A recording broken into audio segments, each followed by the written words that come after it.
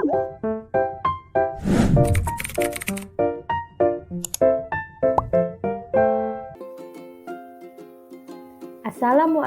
warahmatullahi wabarakatuh.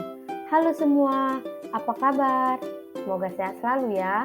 Tetap semangat, saksikan video berikut ini. Baiklah, pada kesempatan kali ini kita akan belajar bersama dengan pembahasan yaitu pesawat sederhana. Baiklah teman-teman semua, berikut ini adalah kompetensi dasar yang kita gunakan dalam pembahasan bab kali ini, yaitu menjelaskan konsep pesawat sederhana dan penerapannya dalam kehidupan sehari-hari. Sebelumnya, mari kita lihat beberapa kegiatan berikut ini. Dalam kehidupan sehari-hari, mungkin kita sering melihat kegiatan berikut ini. Menimba air sumur saat di rumah kakek, adik yang sedang bermain jungkak-jungkit di taman, atau paman yang mendorong gerobak ke kebun. Semua alat yang digunakan tadi tentu memudahkan kegiatan sehari-hari kita ya. Tahukah teman-teman mengapa alat tersebut memudahkan kita? Kita akan mempelajarinya di video kali ini. Apa sih itu pesawat sederhana? Pesawat sederhana merupakan alat mekanik yang bisa mengubah arah atau besaran dari sebuah gaya. Sederhananya, pesawat sederhana adalah alat yang digunakan untuk mempermudah melakukan usaha atau pekerjaan. Lalu, apa saja jenis pesawat sederhana? Mari kita simak kegiatan berikut ini. Baiklah, jenis-jenis pesawat sederhana terbagi menjadi 4. Yang pertama tuas, yang kedua bidang miring, yang ketiga katrol, dan yang keempat roda berporos. Nah, untuk memahaminya lebih lanjut, mari kita simak penjelasan berikut ini. Nah, untuk jenis pesawat sederhana yang pertama itu ada tuas atau pengungkit.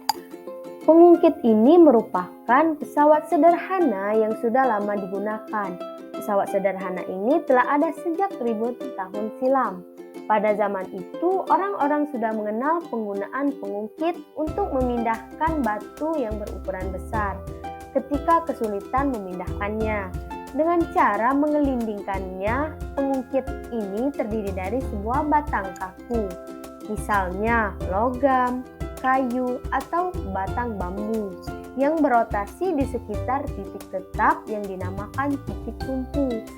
Selain itu, titik tumpu yang menjadi tumpuan bagi pengungkit ada 2 titik lain pada pengungkit, yaitu titik beban dan titik kuasa. Untuk bagian dari tuas itu sendiri dapat kita lihat pada gambar tersebut. Untuk contoh dari tuas atau pengungkit yang dapat kita temukan di kehidupan sehari-hari kita itu ada jungkak-jungkit, ada gunting kuku, ada tang, ada pinset, dan banyak lagi lainnya. Selanjutnya didapatkan rumus tuas yaitu berat dikali lengan beban sama dengan gaya yang diberikan dikali lengan kuasa. Di sisi lain dikenal istilah keuntungan mekanik tuas, yaitu keuntungan yang didapatkan dari pesawat sederhana dengan menggunakan tuas. Besar keuntungan mekanik menjadi pembanding antara beban yang akan diangkat dengan besar gaya kuasa yang dibutuhkan. Rumus keuntungan mekanis tuas yaitu keuntungan mekanis sama dengan B dibagi dengan F. Jenis pesawat sederhana yang kedua yaitu bidang miring. Nah, bidang miring adalah bidang datar yang diletakkan miring atau membentuk sudut tertentu sehingga dapat memperkecil gaya kuasa. Bidang miring memberikan keuntungan yaitu memungkinkan kita untuk memindahkan suatu benda ke tempat yang lebih tinggi dengan gaya yang lebih kecil. Untuk contoh dari pengaplikasian bidang miring ini dapat kita temukan pada baji, baut dan setruk, resleting, tangga, jalan berkelok di pegunungan, dan sekrup Archimedes, dan masih banyak lagi lainnya. Sehingga didapatkan rumus dari bidang miring, yaitu rumus gaya dari bidang miring yaitu F sama dengan berat benda dikali dengan tinggi bidang miring dibagi dengan panjang bidang miring. Sedangkan untuk keuntungan mekanis dari bidang miring yaitu keuntungan mekanis sama dengan gaya beban dibagi dengan gaya kuasa atau panjang bidang miring dibagi dengan tinggi bidang miring. Berlanjut ke jenis pesawat sederhana yang ketiga yaitu katrol. Katrol termasuk salah satu jenis pesawat sederhana selain tuas dan bidang miring.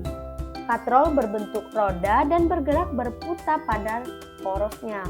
Prinsip kerja dari katrol adalah menarik dan mengangkat suatu benda dengan menggunakan roda atau poros sehingga bisa terasa menjadi lebih ringan dan mudah untuk diangkat.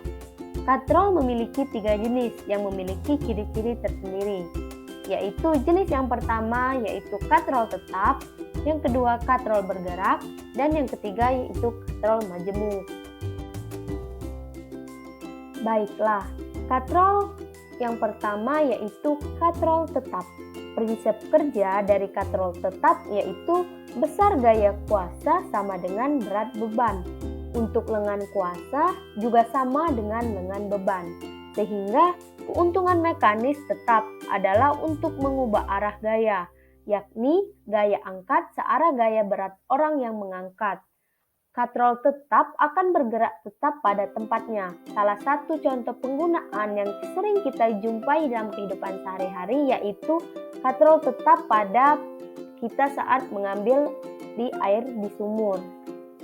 Nah, gaya yang dihasilkan ketika kita mengangkat beban yaitu gaya sama dengan berat tersebut.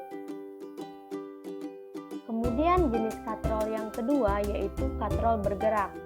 Katrol dengan salah satu ujung tali terikat pada tempat yang tetap dan ujung yang lain ditarik ke atas pada sebuah gaya disebut dengan katrol bergerak.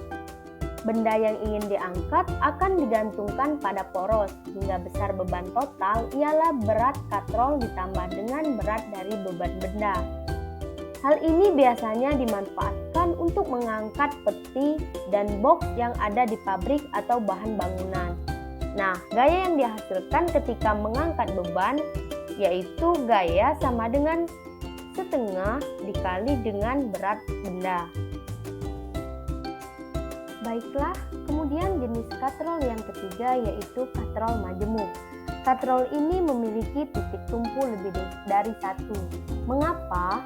Karena jenis ini digunakan untuk mengangkat beban yang sangat berat.